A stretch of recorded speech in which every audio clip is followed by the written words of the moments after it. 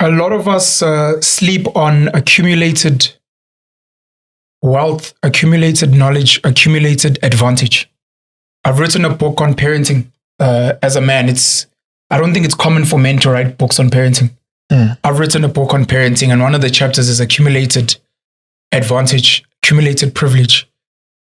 One of the stories is the Lebanese, some of the Portuguese in South Africa.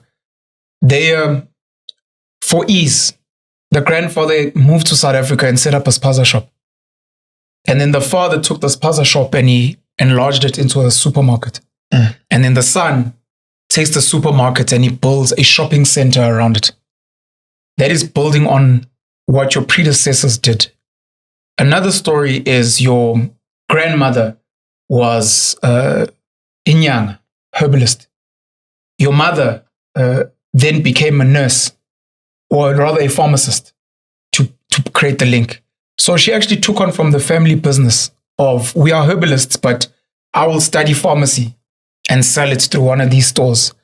Then the next child actually opens a pharmacy or a medicine manufacturing business. It's the same family business.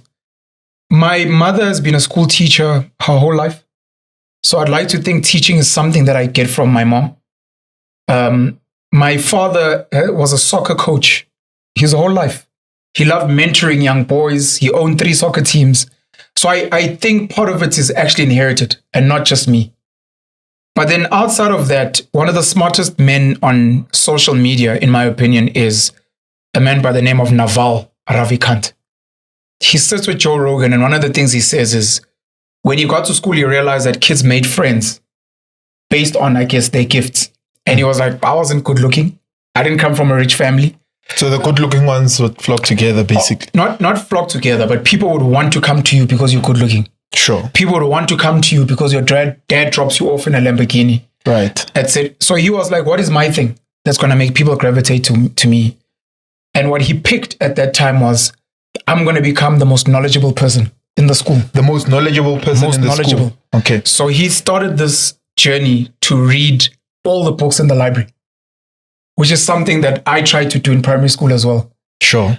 He read all the books, and then he went out and he read more books. And he was like, okay, now I know more than, I'm the most knowledgeable in school. Why not in the town? Why not in the city?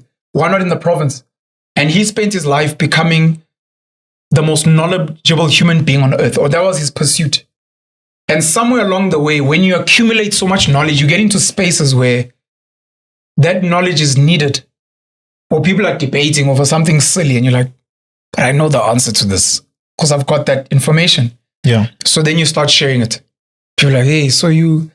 And in that, people start saying, hey, witness, look, I've started a property portfolio and I need you for...